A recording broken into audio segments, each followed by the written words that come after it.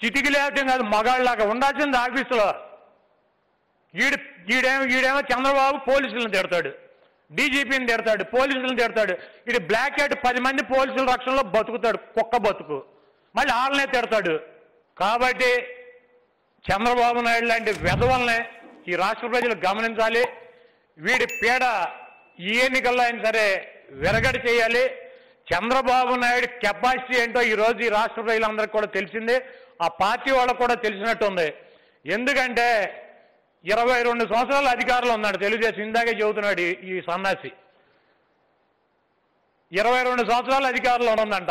20 సంవత్సరాలు దాదాపు ప్రతిపక్ష నాయకుడు చేశాడంట. 40 ఏళ్ళు ఇండస్ట్రీ అంట. వీడికి 40 ఏళ్ళు అనుభవం ఉందంట. వీడు బంధువు పిలిపిస్తే ఒక బడ్డీ కొట్టు కూడా మీలో ఈ రాష్ట్రంలో ఒక బడ్డీ కొట్టు. వీడికి లక్షల మంది కార్యకర్తలంట. వీళ్ళందరూ కలిసి ఒక బడ్డీ కొట్టు కూడా ముంచలేనటువంటి దౌర్భాగ్య పరిస్థితిలో ఈ చంద్రబాబు గారు ఈ వెధవ ఉన్నాడు. అంటే అతని స్థాయి అతనికి ఇవాళ కన్నా అర్థమైందా? మొన్న పోసాని కృష్ణమురళి గారు ఏదో ఆయన కుటుంబ సభ్యుల్ని మాట్లాడారని చెప్పి ఆయన మాట్లాడితే ఆ ఇంటి మీద దాడే చేశారు. అప్పుడేం మాట్లాడలా. అప్పుడు ప్రజాస్వామ్యం కూని అవ్వాల ఈ సన్నాసి చంద్రబాబు గారికి. ఇప్పుడు ఈ పార్టీ హౌస్లో 2 కుర్చీలు బల్లలో పగిలితే ప్రజాస్వామ్యం కూని అయిపోయింది. ఏంటి నీ మతం ఏంటి? ఒక ఆయన చెబుతాడు మేము 151 మంది శాసనసభ్యులు మీటింగ్ పెట్టుకోవాలంట. పెట్టుకుని జగన్మోహన్ రెడ్డి గారిని ఏమని పిలవాలి ఈయనకి చెప్పాలంట. జగన్ అని పిలవాలా, జగన్ రెడ్డి అని పిలవాలా, జగన్మోహన్ రెడ్డి అని పిలవాలా? నువ్వు కూడా పెట్టుకో. నీ డెపాయిట్లు పోయిన అభ్యర్థులు అందరితో మీటింగ్ పెట్టుకుని నిన్నేం నీ తండ్రి ఒక పేరు పెట్టాడు కళ్యాణ్ బాబు అని, మీ అన్నయ్య పవన్ కళ్యాణ్గా మార్చాడు సినిమాల్లోకి రాగానే. నువ్వు అభిమానులు నిన్ను చూసి ఏం స్టార్ అది పవర్ స్టార్ అని పెట్టారు.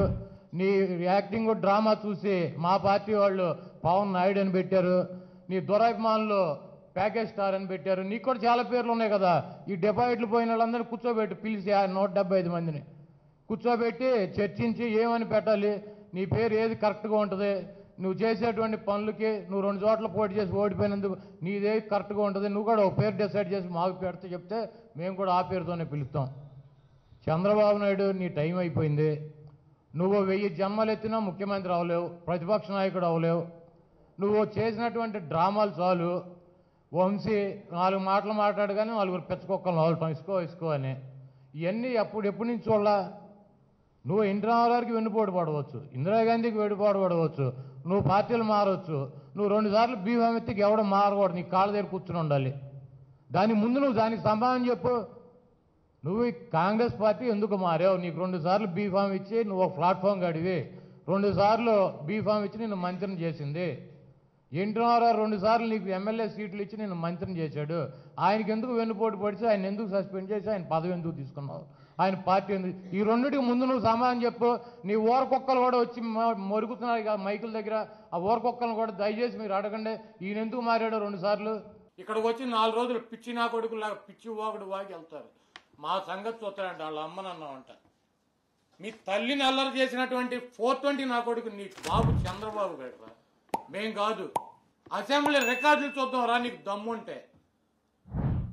వాడు 4 ఓట్ల కోసం ఒక ఆడదాన్ని అడ్డం పెట్టుకోవటానికి ఆవిడ తీసుకొచ్చి అక్కడ అన్న మాటలు అన్నారని చెప్పి తీసుకొచ్చి బయట రోడ్డు మీద ఊరు వాడు అల్లరి చేశాడు నిన్ను నీ తల్లిని. వాడురా 420 గారు చంద్రబాబు, మేం కాదు. చూస్తాం అధికారంలోకి వచ్చి ఎవరిని వదలం. ఏంట్రా నువ్వు చేసేది నా బొచ్చు? నువ్వు చంపేస్తానంటే భయపడిపోతావు. ఇక్కడ నా కొడక మీలాగా సీమునెత్తులు లేని వాళ్ళం అనుకుంటున్నావా వైఎస్ఆర్ కాంగ్రెస్ పార్టీ అంటే? నువ్వు చంపితే చచ్చిపోతాకి, నువ్వు బెదిరిస్తే బెదిరిపోతాకి నీ ఇంటికాడ ఉన్నటువంటి కుక్కలం అనుకుంటున్నావా? పిచ్చ వాగుడు మాక. నా ఇంటికి నీ ఇల్లు అంత దూరం, నీ ఇంటికి నా ఇల్లు అంత దూరం. ఆ రోజు వస్తే నువ్వో నేను తేల్చుకున్నావు, వదిలేస్తావు అనుకుంటున్నావా?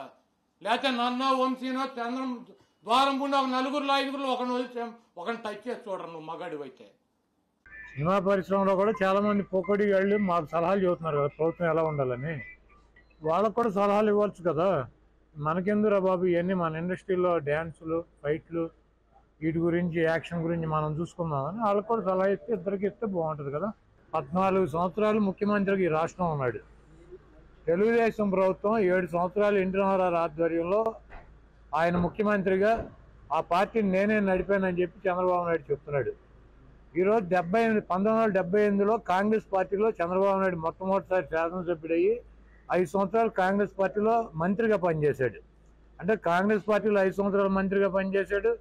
5 సంవత్సరాలు వాళ్ళ మామగారి దగ్గర ఆయనే పార్టీని నడిపానని చెబుతున్నాడు. ఈయన 14 సంవత్సరాలు ముఖ్యమంత్రిగా చేశాడు. అంటే ఎన్ని సంవత్సరాలు చేశాడండి ఈయన మంత్రిగా కానీ, పార్టీ నడపడం కానీ, ముఖ్యమంత్రిగా కానీ? 17 సంవత్సరాలు ఈయనే కదా ఈ రాష్ట్రంలో రాజకీయాలు చేసి అత్యధిక భాగం రాష్ట్రాన్ని నడిపినటువంటి వ్యక్తి చంద్రబాబు నాయుడే కదా. ఆ రోజు పోలవరం ఎందుకు కంప్లీట్ చేయలే? ఆ రోజున పులివెందులు ఎందుకు కంప్లీట్ చేయలే? ఆ రోజు తెలుగు గంగ ప్రాజెక్టు ఇప్పుడు కూడా ఎందుకు పూర్తి చేయలే?